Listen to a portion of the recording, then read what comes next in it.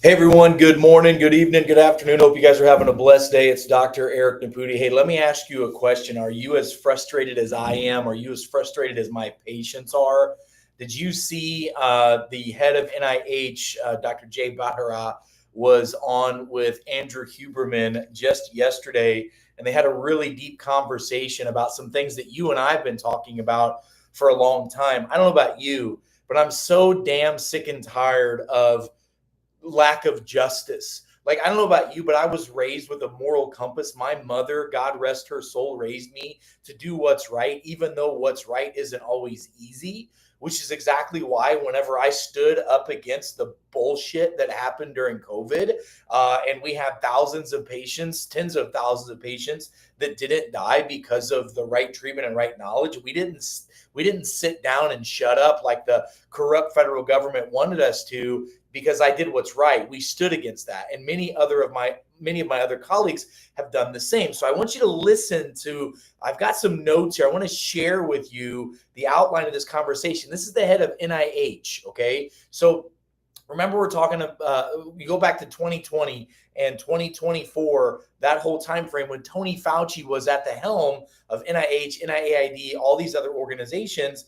And now we've got Jay Bhattacharya at the helm, who I like Jay. I've known Jay for a while. I'm really looking forward to speaking with him again. It's been a moment since we've had a conversation, but boy, I can't wait to speak with him about some of these talking points and conversations that are happening. So did you know that these are the agenda, if you will, of NIH, the National Institute of Health, and Dr. Jay Bhattacharya. I want you to hear this because it's pretty wild. So give me a thumbs up if you can hear me and see me, and let me know where in the world you're watching from. So in September, there's going to be a huge report coming out. And this report that's coming out is going to be talking about the causes of autism. That's right, folks, the causes of autism spectrum disorder. And there's going to be many of them. And I want to know, why in the hell is it so difficult for doctors and scientists to have conversations about this? Why is this such a taboo conversation? You know, everybody assumes that the conversation is going to always go back towards vaccines. Well, let me just tell you, there is a very large body of evidence that is showing that there are certain vaccines, injections people get, that do cause negative implications in certain demographics of people based off of their genetics, their microbiome, and their family history. This is a fact. This is irrefutable science. We know this to be true. Now, is everyone injured by these? No, but there are other factors that are out as well. In fact, one of the main conversation points that Dr. Jay Bhattacharya, the head of NIH, said that they're going to be focusing on right now is transparency in vaccines and autism research. So Dr. Bhattacharya emphasized the need to resolve what he says is the vaccine autism debate with clear, transparent science. We would love that. By the way, the MMR injection shows a massive amount of correlative or causative relationships to injections and neurodegenerative imbalances, inflammatory issues. We also know that if you look at like the polio shot, it doesn't show as many, but we need to have that science so that we as consumers and doctors can make decisions with patients the way that it's supposed to. So Jay acknowledges the fact that there are controversies about this. He acknowledges the problems that have come up about this. And he also acknowledges the flawed system and fraudulent research that's out there. So the head of NIH, the National Institute of Health, is saying we need to have more transparency in research, especially around autism. And it's coming out in September, whether you like it or not. And it's going to be extremely controversial. And I'm going to be bringing little bits of that to you between now and then so that you're prepared for it, because what's about to come is going to be shocking for some. It's going to be relieving for others, because it's going to let you know, hey, you were right about certain things. The second thing that the head of NIH says that he wants to do now is he wants to rebuild trust in public health. So he discussed the widespread erosion of really trust in the healthcare system and in systems like the NIH, in the CDC, in the WHO. He wants to try to rebuild those, the trust in those. It's going to be very difficult to do that. Secretary Kennedy just got rid of the entire advisory committee for the vaccine advisory, the ACIP group. He just got rid of all of them, fired them all. By the way, this has been going on for over 20 years. We've known about the nepotism and the cronyism that's happened within that organization. And the vast majority of individuals who are making those decisions have a financial vested interest in one way or the other with how those decisions are made. That's very, very not okay, right? That's not real science. So Dr. Badara, the head of NIH, also stressed the importance of an open data source so that people can have better access to real data, and we can have better replication and minimize regulatory overreach to restore credibility, which is what needs to happen. There's a massive amount of overreach going on, and an unnecessary amount. I mean, there are certain vitamins, supplements, minerals, peptides, even compounds that are bioidentical hormones that we should have readily access availability to. Ivermectin's over the counter in Arkansas and a few other states. It should be in every state in the US. It should be over the counter. And people should have fair and equitable access to this information so they can make an informed decision. I mean, listen, the Bible, whether you like it or not, and I happen to love it, says that without knowledge, our people will perish. How many of you have ever heard that before? Without knowledge, our people will perish. So if you don't know what to do, that's going to kill you. But without wisdom, which is taking that knowledge and actually putting it into action, that's what really kills you. And that's what destroys generations. So he wants to improve transparency in autism research and in vaccine research. He wants to improve rebuilding the public trust in the healthcare system. Good luck with that. COVID really destroyed that. Your predecessors really put a pin in that deal. It's going to take decades to restore the trust in public health, as it should. It's the third leading cause of death in America. The third thing he says is he wants to have COVID-19 oversight. He wants to make sure we go back and look at all the things that we got wrong as a healthcare society. The head of NIH said we got masking wrong. We got lockdowns wrong. We got mandates wrong. There was no science really behind it. It was literally political science. And that's what it was. Darren, you just nailed it. Darren nailed it right here. Darren says, listen, most doctors won't even come out and apologize for advocating for these vaccines, and they're still pushing it. You're 100% right. Why is that? Did you know that there was blanketed immunity that was given to every doctor and any person that was involved in this program from 2020 until now? It's the complete blanketed immunity. So there's no accountability being held. And I'm seeing, just like most of you that are doctors on here watching now, and you as people of the world are experiencing more cancer, more autoimmune. I'm seeing autoimmune disease. I'm seeing cytomegalovirus higher than I've ever seen before. I'm seeing Epstein-Barr virus higher than I've ever seen before. We're seeing Lyme's disease and all these other cofactors coming in together higher than we've ever seen before. It's absolutely crazy about that. So Jay says, Dr. Badara, the head of NIH, says we're going to have oversight. He says we're going to revisit the critics of COVID-19's policies, emphasizing how data-driven sociological factors influence the lockdowns, masking, vaccines, mandates, and more. Why? Because he wants to make sure this never happens again. Ladies and gentlemen, this is so important to understand. If we do not learn from our past, we are doomed to repeat it. It's probably one of the most commonsensical lessons that all human beings can learn in life. So that is coming. That's happening. Many of you are feeling like nothing's been done. No one's been held accountable. Many of my colleagues have lost their jobs, their livelihoods, their licenses as doctors. Many of you have lost friends, family members, and loved ones. I just spoke to a gentleman today. He's going to come down and see me from Springfield, Illinois, who's a very famous TV talk show host and a very known celebrity. He was injured big time with these injections, massive blood clots. He's getting his toes amputated literally this week. He's got horrible problems with his eyes, all because he was misinformed. And I have, and all the other doctors have, a legal obligation to do something called informed consent. That's going to be changing. that's going to be changing rapidly. So check this out. Dr. Jay Bhattacharya also comes out, the head of NIH, says we need reform in the biomedical institution. So he's talking about major structural changes in prioritizing science over sensationalism, because that's what we're seeing a tremendous amount of. He says we need to increase accountability and oversight in public health agencies because there is none right now. Listen, every Friday during the pandemic, I would either get a call or someone from the public health department of St. Louis County would come to my practice and say, you need to put masks on all these people. You're endangering folks, blah, blah, blah. That's complete bullshit. And those people are causing more problems and more fear. And those are folks that you and I are paying our taxpayer dollars to help with. It's crazy. I mean, Bonnie says, hey, she's a nurse practitioner. She says, hey, the duping of a nation, those involved should be held accountable. If they were pardoned before they were charged, obviously they know they committed a crime. I can't argue with that, Bonnie. It's a pretty transparent conversation. So Dr. Jay Bhattacharya, the head of NIH, was just on a massive podcast, and he came out and said, listen, we want to promote decentralized research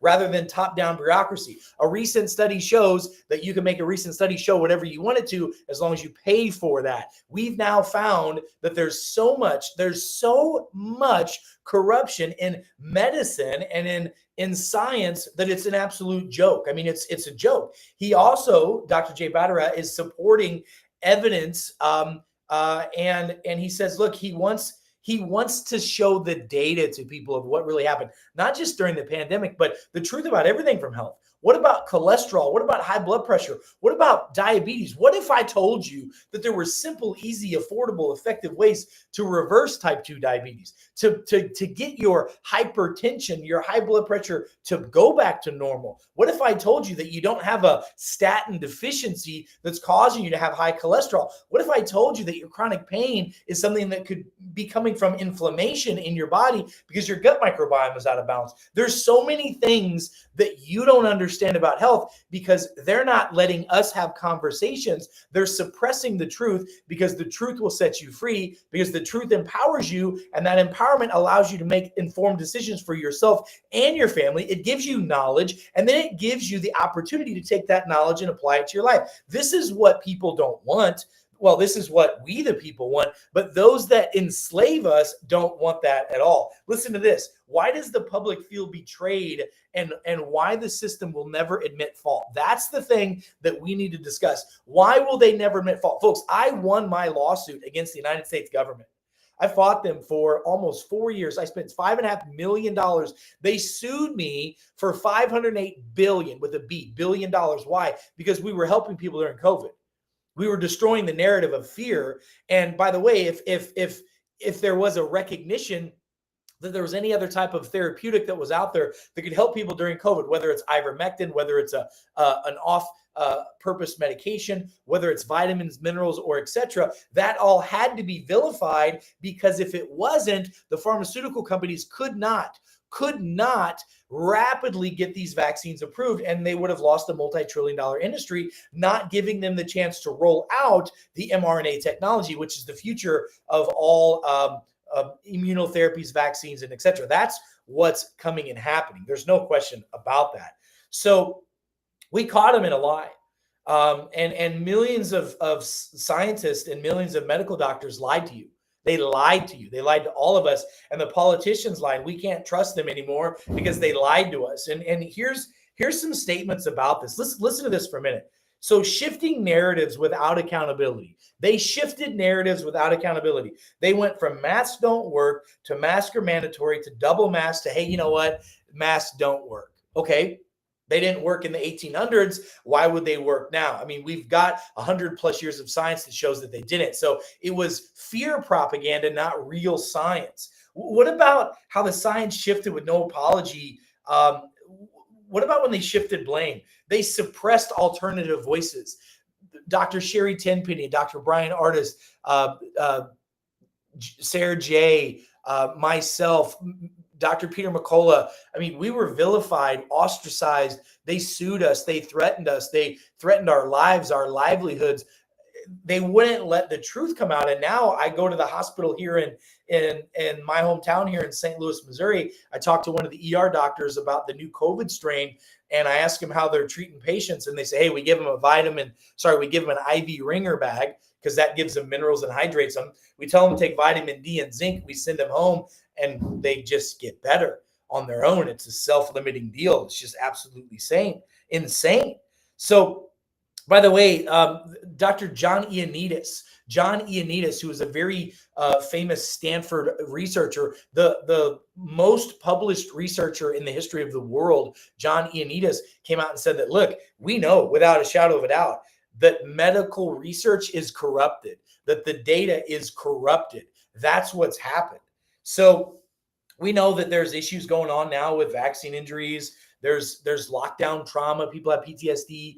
Kids' lives have been changed forever because of lack of sports, lack of school, lack of opportunity. There's a mental health crisis that started in 2021 that we're seeing upslate the next 14 years. It'll be the highest mental illness crisis we've ever seen in recorded medical history. And it was just neglect. And then we were gaslit. I mean, there was so much dogma messaging and over dialogue, and the phrase safe and effective and trust the science, which is complete BS.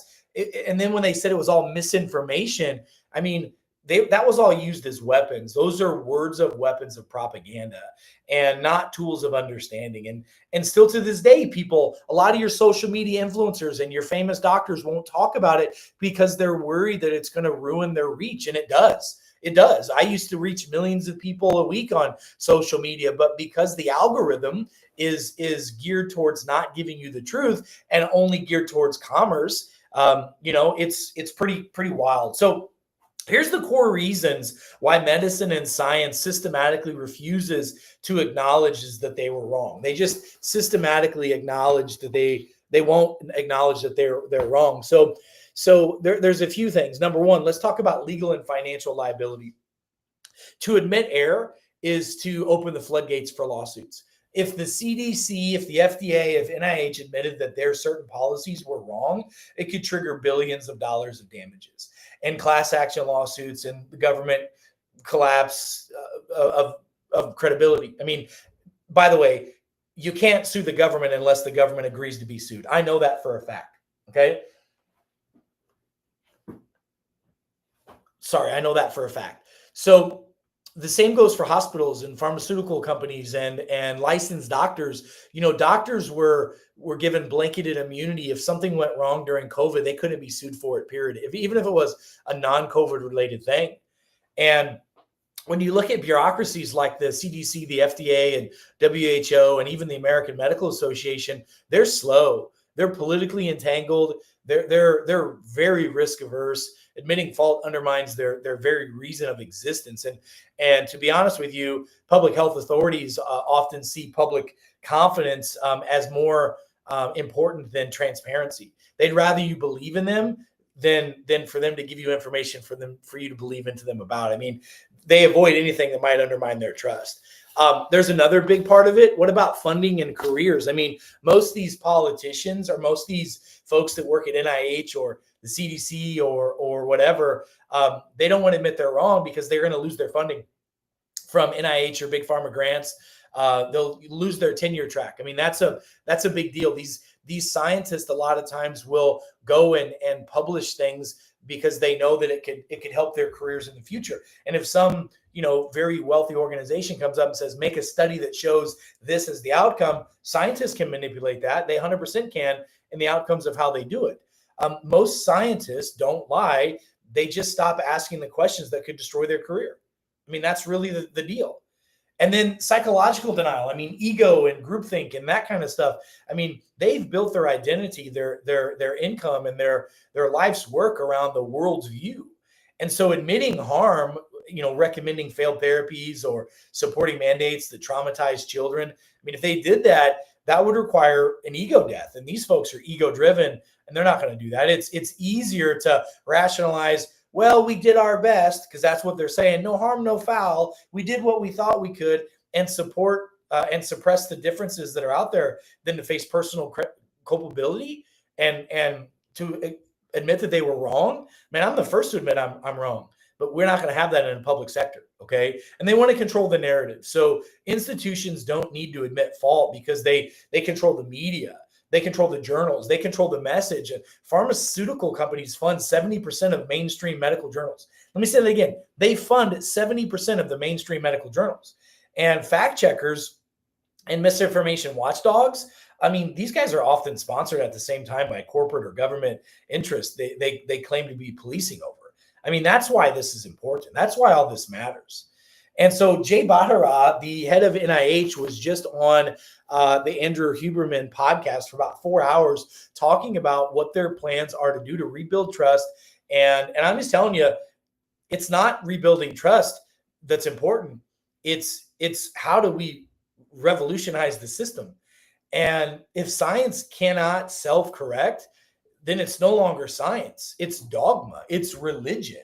I mean, when people feel that the truth is suppressed, that harm is ignored, that questions are punished, and that nobody is ever held accountable, they start to lose trust. I mean, they start to opt out entirely. That's what people do. They just go, I'm out. I'm not doing this anymore. And that's exactly what we're seeing. And we're seeing it with record rates of medical distrust, of vaccine refusals, of alternative healthcare movement. I mean, it's booming right now. And we're seeing an exit from allopathic care. People are moving towards naturopathic and root cause care, which they should be. And it makes sense. I mean, the American people feel like that they've literally caught science in the act. I mean, instead of repentance, we're seeing denial, censorship, arrogance, and zero apologies. Like I said, that's not how trust is built. That's how a revolution begins. And that's where we're at, you guys. So, we're in a very interesting time in life where, the systems are broken and we're seeing that they're broken. You just have to make a decision. Are you going to continue to participate in that system, or are you going to participate in a system that serves you, serves your family, and serves your community better? And that's why we created BioLimitless and the concept of self-care is the real healthcare, because the more you understand about yourself, the more you understand about what's going on, the better you can help yourself and help your families. In fact, tonight at 6 p.m. Central Time, here on this channel, on our website, biolimitless.com/live. That's biolimitless.com/live. I'm going to be doing a Wednesday night workshop tonight on health. I'm going to explain to you what health is. I'm going to show you how simple it is to get sick people healthy and how easy it is to keep healthy people healthy.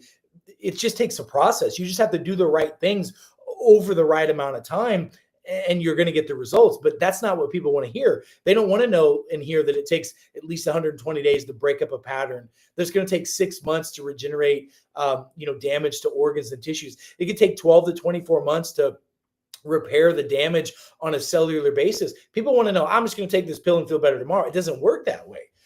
It didn't take you yesterday to get to where you're at today. It took you months, years, and decades. And it's going to be the same, and I see all of you from all over the world.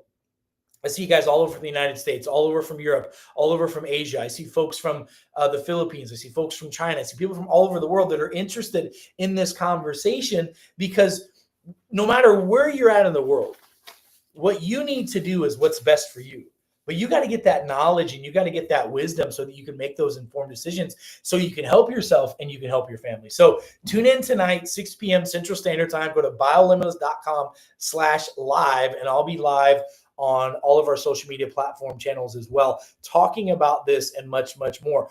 Doctor's job is to teach you, educate you, and give you the tools that you need to be healthy, happy, and successful. Not just give you a bunch of drugs. You got to take more drugs and more things to deal with the side effects. Real healthcare involves real science and involves real therapies that help take care of real people. And that's what I want to show you. So guys, I got to get going. I got to go see some patients. Until we meet again, I'm Dr. Eric Naputi. God bless you. God bless America. And God bless this beautiful, beautiful world. Stay tuned out there. Stay smart. And I'll see you soon. Be well, everybody. Bye-bye.